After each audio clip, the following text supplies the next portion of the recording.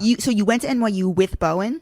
So we met there like our freshman year, and then didn't become close until like later on in college. He was on the improv group at NYU, and I was on the sketch group, and we both slowly came out, and I think we were both fully gay and out like our sophomore years of college, and our respective comedy groups were like, okay, now the gays will play together. Like, we have a gay and you have a gay, and they'll be friends. Like, do it.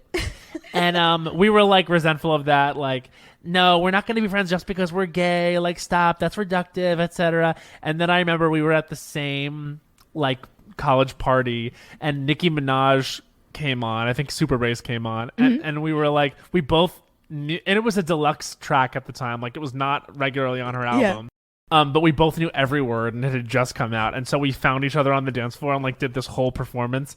And I was like, oh, so maybe we will be friends just because of our gay interests. It sounds like you had like a dance off with Bo and Yang. We essentially like lip synced the song together, and it was truly a moment. And I was like, never mind, you are my sister. And then we, to varying degrees of closeness over the next couple of years, like always worked together. And then we really became very, very close, like after college.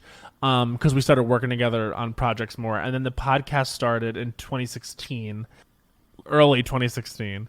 And it was just really for us to set aside 90 minutes a week to like just have playtime together. What's been so interesting, I went back and listened to an episode you did where basically throughout like months of you guys doing the podcast, what was going on in the background where you were auditioning for SNL. Totally. I mean, it was one of the weirdest things because on one of the things about the podcast that I like the most is that we are so honest and we're so upfront about what's going on in our lives. And, you know, by that same token, you're still really the whole time doing the podcast and being myself or whatever on the podcast, like behind the scenes, I am trying to make like a career in comedy happen. And I do see myself first and foremost as an actor and a performer before I am this like podcast personality. And so here I am in the situation where both of those things are reaching real potential. I'm in my, very late 20s, and I finally get the opportunity after being at UCB for years and years and doing sketch comedy for years. I finally get the opportunity to audition for Saturday Night Live. Weirdly, simultaneously, and totally irrespective of me, so does Bowen. Mm-hmm. And so it's this very weird position that we found ourselves in because when you're in New York and you're doing comedy, it's like, and SNL is such a thing. It's like this like end of the road,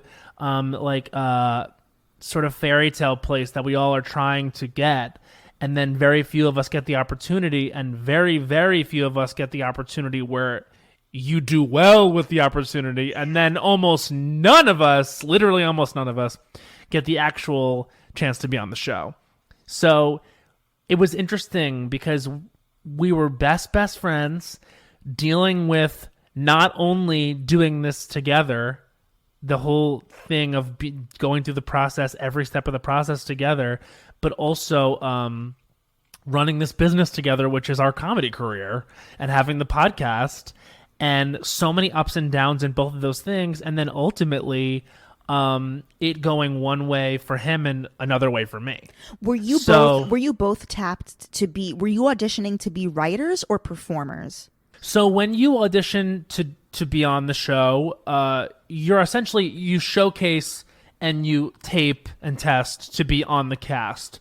But what they can do is they can decide that if they like you but don't want to put you on the cast, or feel you're not ready, or feel you need time, or like your talent and want to utilize it in other ways, what they can do is they can offer you to be on the writer's room instead of just putting you on the cast. Right. Okay. So when we ultimately auditioned, he had tested like 4 times. It was like his 4th time testing, and he had near misses almost every time, and it was just this crazy up and down.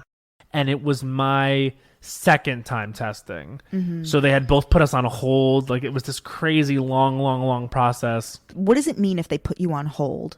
So basically, being on hold means that you sign a contract. So before you even test, you have to sign a contract that's like literally the SNL contract, and it details how much money you're going to make and how long it is, and it's a 7-year contract. Mm-hmm. And it basically says that you work only at Broadway Video's like discretion, essentially. Like I don't even know if I'm saying too much, but I don't think so. It's pretty well known that it's a tough contract. And so I signed it because you're not allowed to test without signing it, and essentially that locks you in for 7 years if they want. And we both signed that contract.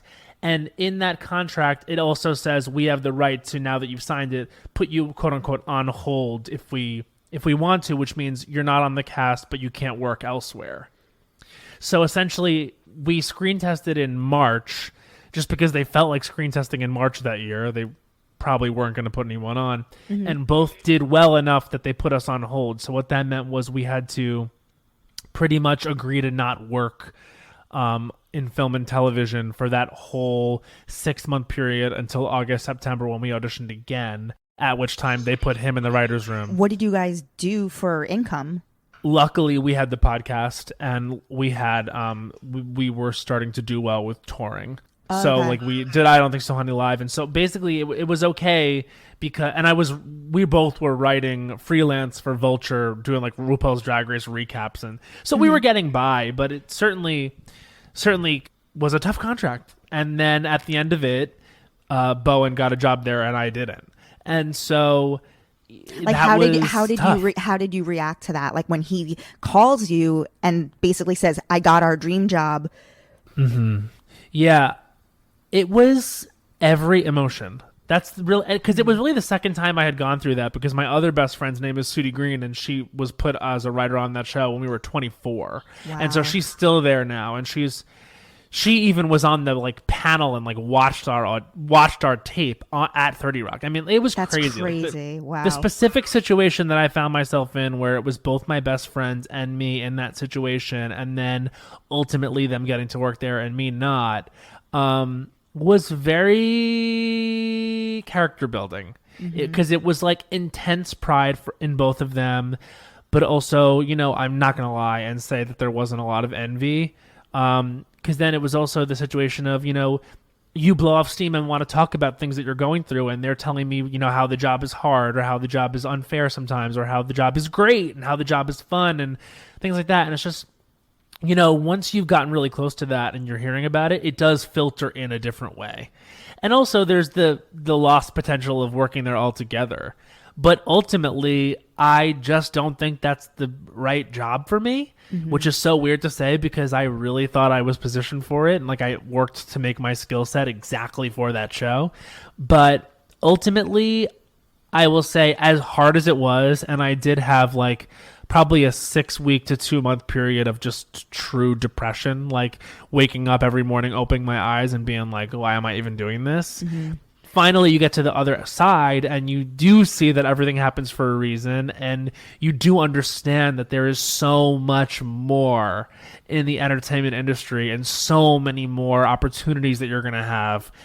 But it's hard for someone who grew up on Long Island and studied at UCB, and every time you go home for the holidays, everyone's like, when are you going to be on SNL? When are you going to be on SNL? To actually get that chance and to actually get that close. I remember after my first audition, after my first test, when it went so well, I remember I got home and looked at myself in the mirror and I said to myself, like, you might actually really do this. Like, you might actually really pull this off. And to not get it was tough. It was one of the toughest things I've been through. Yeah. But I'm ultimately only grateful that I got to experience that, because who gets to experience that? And then now I get to be so proud that, not only are my two best friends working there, but they both bring such unique, important perspectives to the show. They're both people of color. Sudie is a writing supervisor there. She's a woman. It's not super easy, but it's important, and she does amazing work there. Bowen, as we all know, or if we don't know, then we should know, is the first Chinese American person to ever be on the cast. Like, they really don't put a lot of Asian people on that cast at all. Yeah. I mean, and also, not for nothing, but he's a gay man who's unapologetically gay on that show and does gay content. And, there have been a lot of years where they have rooms full of gay writers, but it's just not on screen. And so it's huge for him to be there. It's huge for Kate to be there. It has been for years. And I'm ultimately so proud of them. Sometimes little darkness ekes in, and it can be a Yeah. little hard sometimes, but it's not a job for me. Were you a fan of the Big Gay Sketch Show on Logo? No, actually, I wasn't. Logo wasn't really on my radar until Drag Race came on. So okay. I can't even really speak to like what was on the show, but Yeah, you know, it was I basically definitely like gay version. You know, like all sketches written and starring out gay talent. yes, of course, and which I love, and you know what I mean. And it's like, where Kate McKinnon came from, and Absolutely. Julie Goldman, same thing. yeah, so it was like a great group of people. You know, I just think, unfortunately, it was just on a network that couldn't reach a lot of people, but I think it rocks that they tried to make it a thing, and I just don't have too much of an understanding about it. I was like my culture growing up in terms of sketch was like very SNL, and also like to some degrees Mad TV, and also the Muppets, which people forget as a sketch show, but is a sketch show. Yeah.